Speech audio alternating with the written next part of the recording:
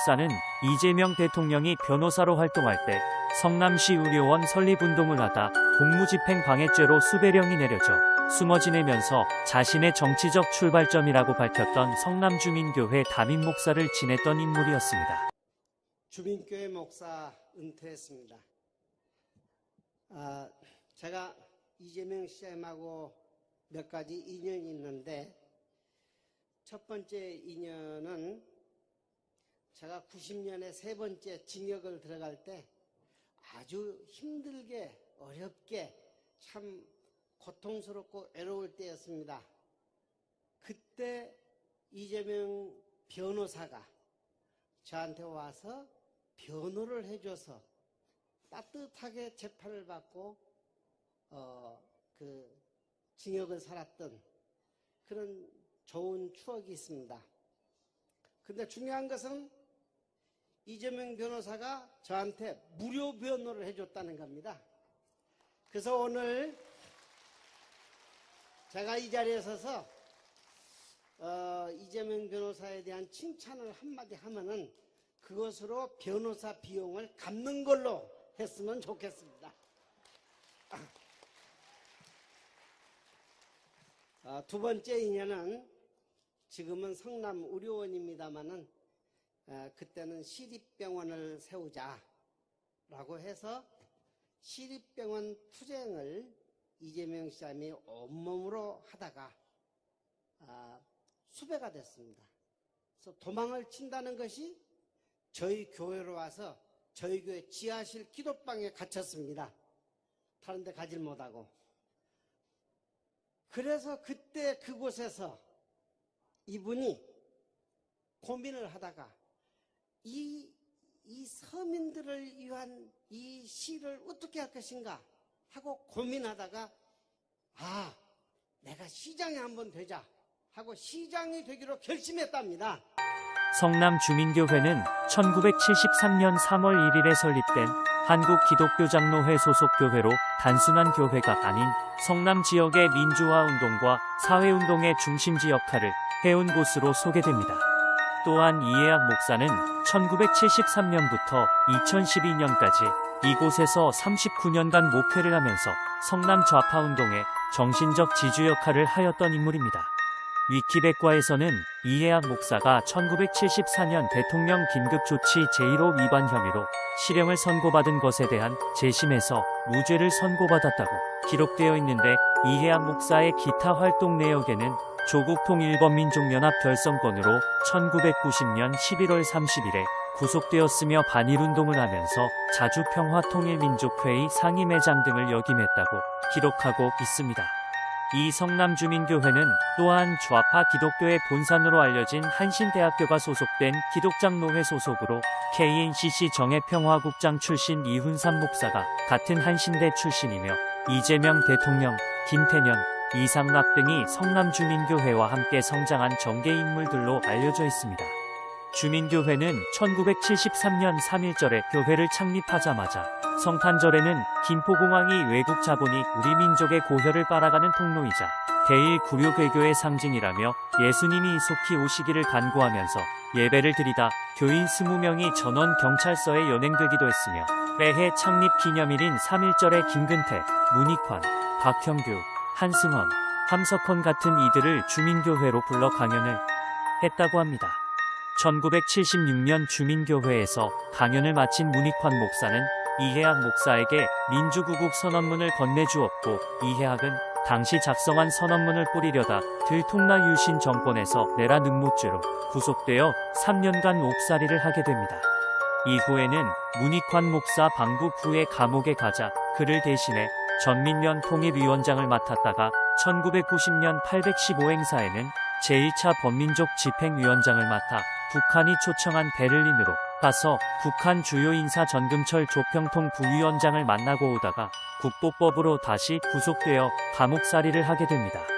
이때 아버지 구명운동을 한다며 전밀련 사무실에서 일하던 이해학이 딸 이도래는 전대협 1기 의장을 맡은 이인영 전 통일부 장관을 만나 결혼을 하는데, 당시 주례는 이해학 목사의 감방 동기인 문익환 목사가 보기도 했습니다. 또한 성남주민교회 이해학 목사의 사위 이인영과 김태년은 동갑내기 친구 사이로 전대협 일기 출신이며 김태년이 대학 졸업 후 정치적 기반을 다지기 위해 성남주민교회에 다니면서 이해학 목사가 정치를 권하기도 했습니다. 이후에 김태년의 국가보안법 위반 변호를 해준 장본인이 바로 이재명 대통령이기도 했습니다. 2015년 6월 15일 카톨릭 프레스 인터뷰에서는 당시 이재명 성남시장과 인터뷰에서 예수를 어떻게 생각하느냐는 질문에 이렇게 대답하기도 했습니다. 기득권자들의 일방적 지배 시대에서 예수님은 하나님의 아들로서 또 인간으로서 그 사회에 힘들고 어렵고 소외된 자의 편이 되어 그들과 함께했으며 그들을 영적으로 인도했을 뿐 아니라 현세 삶의 환경을 개선하는 것도 예수님의 목표 중 하나였으며 당시로서는 상상하기 어려운 혁명가였습니다. 오늘날 그 측면에 집중하고 있는 것이 해방신학 아닙니까? 현 프란치스코 교황도 그 영향을 많이 받은 분이고요. 교황님은 종교의 역할이 세상과 분리되어서 영적 위안만 얻는 데 있는 것이 아닌 세상 사람들 삶에 다가가 직접 관여하고 발언하는 것이라고 하셨고, 실제로 그분은 그렇게 행동하고 있으며 그래서 존경받고 있습니다. 아마 카톨릭 역사상 가장 존경받는 교황이 아닐까요? 그 같은 교황은 앞으로 다시 나오기 힘들 것입니다라고 답했습니다. 이재명 당시 성남시장은 개신교의 민중신학에 대해 관심이 많았다고 하는데 이는 이해학 목사의 영향을 많이 받지 않았는가 하는 생각을 갖게 합니다.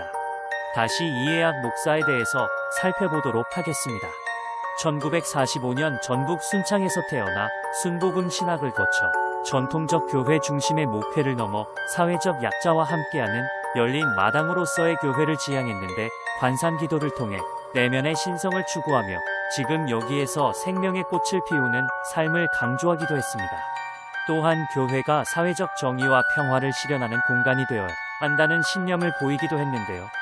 주관적 체험의 대표적인 사례가 관상기도나 방언 등을 들 수 있는데 이 내용은 앞선 평양원산의 기독교 부흥운동이 왜 공산주의에 의해 무너지게 되었는가에 대한 영상을 보시면 알 수 있기 때문에 이와 관련된 내용은 여기서 마치도록 하겠습니다. 예수님이 십자가에 못 박힐 당시 유대인들은 예수님을 로마에서 해방시킬 장군이라고 생각하고 예수님을 맞았지만 실상으로는 자신들의 죄를 대신해 십자가에 달려 힘없이 죽는 사명을 이루기 위해 오신 것이라는 얘기를 듣고 예수님을 사기꾼, 거짓 선지자라 욕하며 이방인 본디오 빌라도와 함께 결국 십자가에 달려 죽게 하였습니다. 이와 관련한 것으로 앤드류 로이드 웨버의 대표적인 락 뮤지컬 지저스 크라이스트 슈퍼스타에서는 급진적이며 파격적인 해석으로 논란을 불어일으키기도 했으며 자유, 저항, 히피 문화, 마약, 공격성의 이미지를 가지고 예수를 슈퍼스타, 그의 추종자들은 히피로 해석하여 겟세마네 동산에서 허공을 바라보며 하나님을 향해 삿대질을 하며 내가 죽어야 할 이유를 알려달라고 샤우팅하는 예수나 돈에 눈이 멀어 예수를 배신하고 팔아넘긴 유다를 갈등하는 혁명가로 묘사한 부분은 기독교계의 반감을 사기도 했습니다. 이 뮤지컬에서 예수 역을 맡았던 뮤지컬 배우 마이클 리도 한 언론과의 인터뷰에서 어렸을 때부터 예수를 사랑했으며 이 사람은 반역자, 혁명가에 어울리지 않나요? 인생을 다른 시선으로 바라보는 사람이면서도 모두를 사랑하는 사람이었다고 말하기도 했습니다.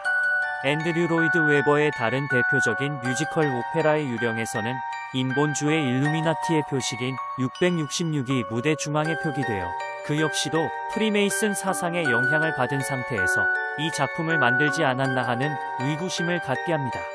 결론입니다.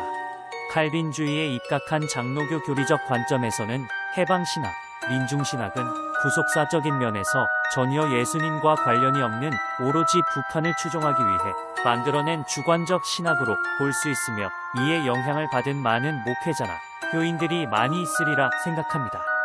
성막 번제단의 불로 성소의 촛대를 밝히는 것이 아닌 인본주의에 입각한 정치, 사상, 철학 등의 불로 강단에서 불을 밝히게 되면 하나님의 저주가 임하게 된다는 명백한 사실을 바로 알고 객관적인 말씀을 통하여 바른 믿음으로 신앙생활을 하는 그리스도인들이 되시기를 바라며 이상으로 마치겠습니다.